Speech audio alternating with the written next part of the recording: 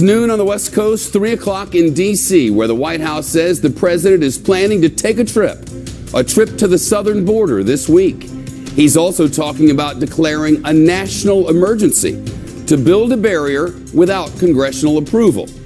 Of course, that would likely be met with a legal battle, and Democrats say they'll fight as the partial government showdown drags into a third week. Also, today we'll hear live from the brother of an American accused of spying in Russia. The Russians say they caught Paul Wieland red-handed, but his brother insists he is no spy. And Kevin Spacey goes to court on charges he groped a teenager on Nantucket Island. There's word his accuser has a bit of a Snapchat video, but Kevin Spacey's lawyers say it doesn't prove anything. Our reporting begins now. Now, Shepard Smith Reporting, live from the Fox News deck. And good Monday afternoon to you and yours. Our reporting begins with week 3 of the partial government shutdown, and no end in sight, at least for now. President Trump now announcing he'll give a televised speech tomorrow night. He's asked the broadcast networks for time, though we don't know yet whether they've agreed. In that speech, we could hear more about his threat to declare a national emergency so that he can build a barrier without congressional approval. We have to have border security. If we don't have border security, we're going to be crime-ridden, and it's going to get worse and worse. But a move around Congress would likely be challenged in court, and Democrats are promising a fight. And in this case, I think the president would be wide open to a court challenge saying, where's the emergency? You have to establish that in order to do this. But beyond that, this would be a terrible use of Department of Defense dollars. The president announced today he'll visit the southern border this Thursday, and he's not budging on more than $5 billion in money to build the beginning of that wall. But he did say he would build a steel barrier instead of a concrete one. Some Democrats say a border wall not only goes against all of American values, it's also not going to work. They say they support other forms of border security and are willing to give some money for it. Now, with Democrats in control of the House of Representatives, they're planning to vote this week on bills to reopen all government agencies. If the White House and the Congress can't come up with some sort of agreement, hundreds of thousands of federal workers may not get paychecks again on Friday. Now, Team Fox coverage. The chief congressional correspondent, Mike Emanuel, reporting live from Capitol Hill. First to the chief White House correspondent, John Roberts, who's live on the North Lawn. Hi, John. Shep, good afternoon to you. We've learned in the last hour that address that the president plans to give tomorrow night at 9 o'clock will be from the Oval Office. It will mark the first time that he has addressed the nation in prime time from the Oval Office, and that adds a lot of weight to it, rather than doing it from the Map Room or the Indian Treaty Room or even the Roosevelt Room. A primetime address from the Oval Office does carry for the president of the United States a lot more weight, and it is an indication that the president will be making the argument about a border barrier on humanitarian and national security grounds. The president tweeted about that just a short time ago. Over the weekend, he has frequently used the word crisis to describe what is going on in the border and has been citing news reports that say that there is a crisis of illegal immigration going on along the border.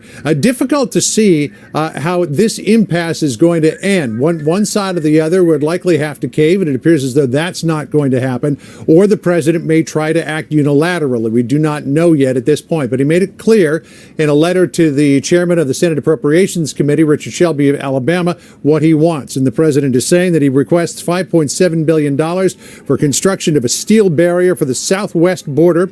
A physical barrier wall creates an enduring capability that helps field personnel stop, slow down, and or contain illegal entries. The administration's full request would fund construction of a total of approximately 234 miles of new physical barrier. The president also tried to take away an argument from Democrats. They have been opposed since the campaign against this idea of a concrete wall. So the president is saying, well, we're not going to talk about a concrete wall anymore. We're going to talk about a tall steel slat wall. And the president also making the point on several occasions that he may just try to do this by himself by declaring a national emergency. Listen to what the president said. We're looking at a national emergency because we have a national emergency. Just read the papers. We have a crisis at the border of drugs, of human beings being trafficked all over the world. They don't like concrete, so we'll give them steel. Steel is fine. Steel is actually Steel is actually more expensive than concrete, but it'll look beautiful, and it's very strong. It's actually stronger. The Democrats pushing back against the president's idea of declaring a national emergency. A short time ago, Congressman Joaquin Castro and Gerald Nadler holding a press conference. Listen to what they said. And we would certainly oppose any attempt by the president to make himself a king and a tyrant by saying that he can appropriate money without Congress. That is perhaps the most dangerous thing he is talking about since he became president. So a lot of moving pieces to all of this. The only thing that is clear right now, Shep, is that both sides have got their heels firmly dug in. And there's more on the travel plan to the southern border. I know that a lot of his supporters had been urging him to sell this harder. Yeah, and he will be doing that. He'll be traveling to McAllen, Texas, specifically south of McAllen, Texas, Hidalgo, which is north of the Mexican city of Reynosa, right there in the heart of the Rio Grande Valley. That's where we were during the 2013 migrant crisis, reporting from the Rio Grande. There is about 4 miles of border fence there right now. It's right by the border crossing there in Hidalgo. But that's an area of the country where border fence doesn't work, in terms of long strung out border fence. So what the president is going to do is go down there to talk about the crisis, highlight what Customs and Border Protection and ICE are doing, but where he's talking about building the fences in the southwestern United States, New Mexico, Arizona, and in California as well. Because I think we've said it many times, Shep, you can't build a fence right along the river there. You can't build it in the middle of the river. So it likely wouldn't work there, but he doesn't want it there. He wants it elsewhere. Shep? Right. And the Mexico going to pay for it promise is a thing of the past. John Roberts, thank you. Just for a little context, the president's asking for time on the 4 broadcast networks. Usually the cable networks carry this sort of thing, the cable news networks. But as far as the broadcast networks, the last time I can find anything that was sort of like this was 2014. President Obama had asked for some time to talk on the networks regarding some executive action that he was going to take on immigration. And all 4 of the broadcast networks, Fox included, said, no, we're not going to do it. We're going to stay with our primetime programming. And the cable news networks ran it. As far as we know, there are no decisions from any of the 4 broadcast networks yet, including the Fox broadcast network. We usually get word on that sort of thing. We don't have it yet. So if that changes, we'll let you know during this news hour. First, though, Team Fox coverage continues. The chief congressional correspondent, Mike Emanuel, live up on Capitol Hill. Hello, Mike. Hi, Shep. Yes, some Democrats are clearly trying to turn up the pressure. Majority Leader Mitch McConnell saying they don't want to vote on anything unless they're voting on reopening the government. And a key Senate Democrat today said the majority leader should get back to the negotiating table. The person who's missing from these negotiations is Mitch McConnell, the majority leader. Look, the majority leader had us go out of session just before Christmas when the entire Senate unanimously voted for a package that would have kept the government open. He's now saying, I'm out of this. But a newly elected Republican senator says President Trump and Leader McConnell should stand their ground. President Trump is so right in standing firm with millions of Americans who are saying, let's solve this issue. Leader McConnell is correct to say we're not going to take up something in the Senate unless it includes border wall funding. Leader McConnell clearly felt burned by having the Senate vote to pass a government funding extension right before Christmas that would have kept things going through February 8th. And then the president said he would not sign it. Shep. There was a bipartisan plan to reopen the government. And by that, I mean in the House, Republicans and Democrats, in the Senate, Republicans and Democrats, there is a plan, but it's just not going anywhere, right? Well, you're absolutely right. And so the next play from House Democrats is they're going to vote on these individual funding bills to reopen individual agencies of the federal government. And bottom line is they're trying to turn up the pressure with one key Democrat, the House Armed Services chairman, saying this warning to President Trump. I think it would be a huge mistake to declare a national emergency. There is no national emergency. And that's what underlines this entire issue. We have spent an enormous amount of money on border security. We've built a wall over a good portion of the border long before President Trump got into office. On the other side, a key House Republican says Speaker Nancy Pelosi has gone way too far with her argument. I was struck this week when Speaker Pelosi said this is a moral issue. We already have some sort of barrier across 30% of the border. To go to 40% is a moral issue. It just tells me this is politics. It may be day 17, but both sides feel as divided as ever. Shep. Mike Emanuel reporting live from Capitol Hill. Some volunteers are pitching in to keep one of America's most famous national parks open during this shutdown. We'll have details on that coming up later in this news hour. Plus, how long would you stay on the job if you weren't getting a paycheck?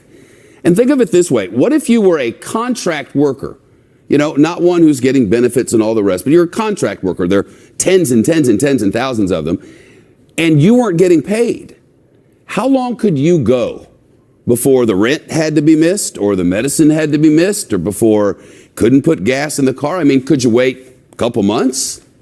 We'll take a look at the workers ordered to their jobs while having no idea when their paychecks are going to come, as our reporting continues this hour.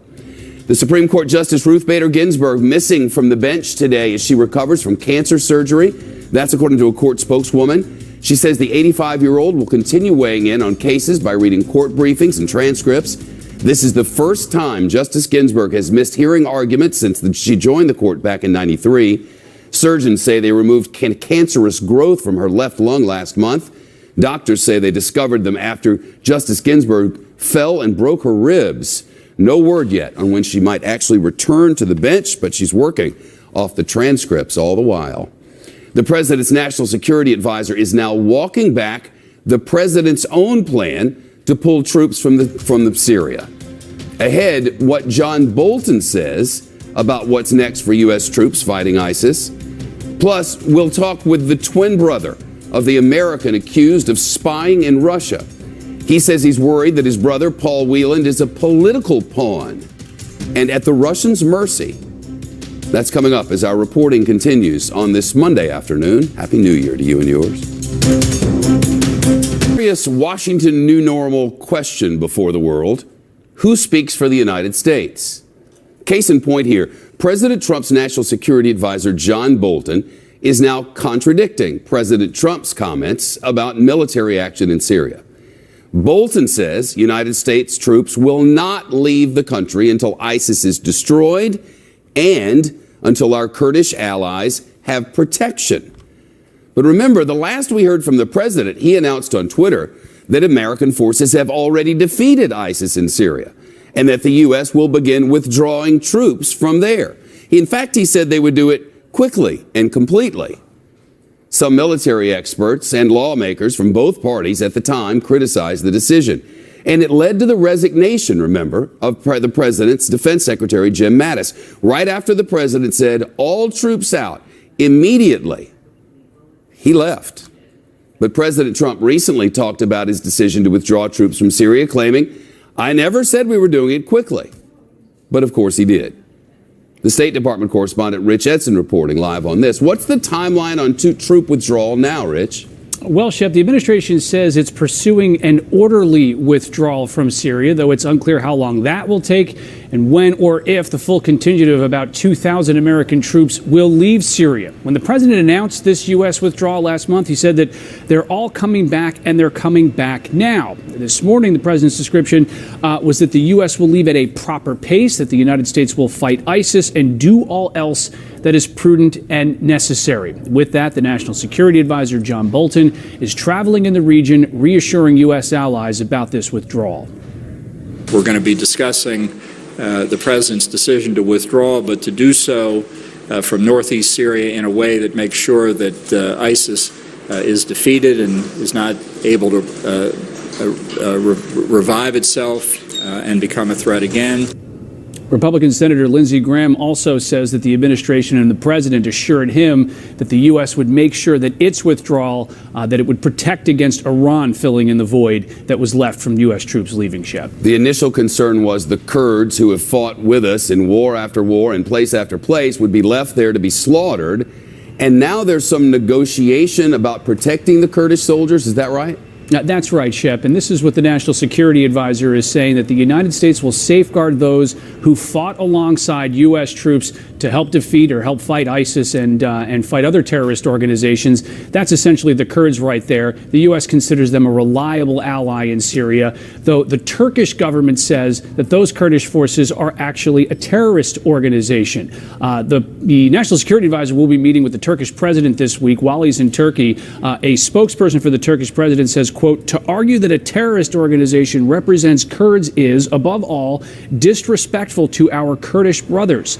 There is no doubt that a terror group cannot be an ally of the U.S." On top of these discussions, the Wall Street Journal is also reporting that the Turkish government is requesting substantial aid from the United States, and if the U.S. is going to pull back and withdraw from Syria, wants help from the U.S. to pick up the fight against ISIS once the United States is left, Shep. Rich Edson, thank you.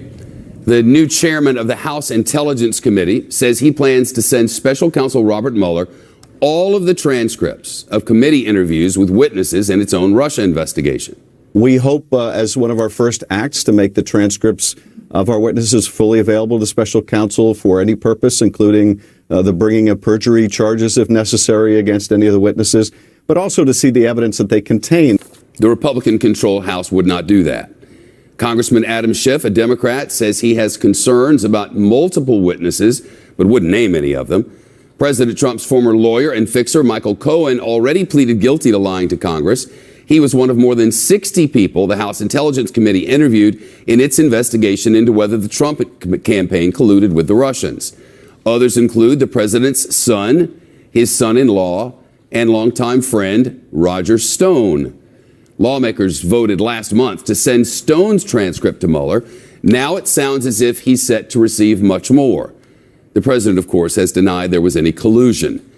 The chief intelligence correspondent, Catherine Hare, is reporting live from Washington. Hi, Catherine.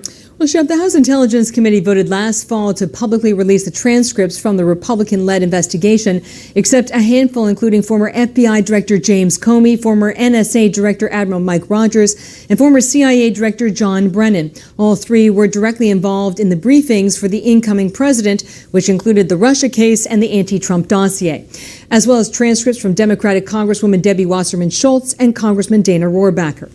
As you note, the incoming Democratic chairman is taking it a step further by promising to share all transcripts with special counsel Robert Mueller. Congressman Schiff believes there may be conflicts that are criminal. But I do have concerns about certainly multiple witnesses. And I think Bob Mueller, by virtue of the fact that he has been able to conduct this investigation using tools that we didn't have in our committee, meaning compulsion, is in a better position to determine, okay, who was telling the truth, who wasn't, and who could I make a case against in terms of perjury. Government source confirms to Fox that transcripts are now with the intelligence community and have been since the fall for declassification, adding that Mueller may already have access to some transcripts through the IC or the intelligence community. Shep. Catherine Hare is reporting live from Washington. Coming up, we'll hear from the twin brother of the American accused of spying in Russia. They're holding him in a Russian jail. Ahead, his personal plea to President Trump and the mystery still surrounding his brother's arrest. That's next.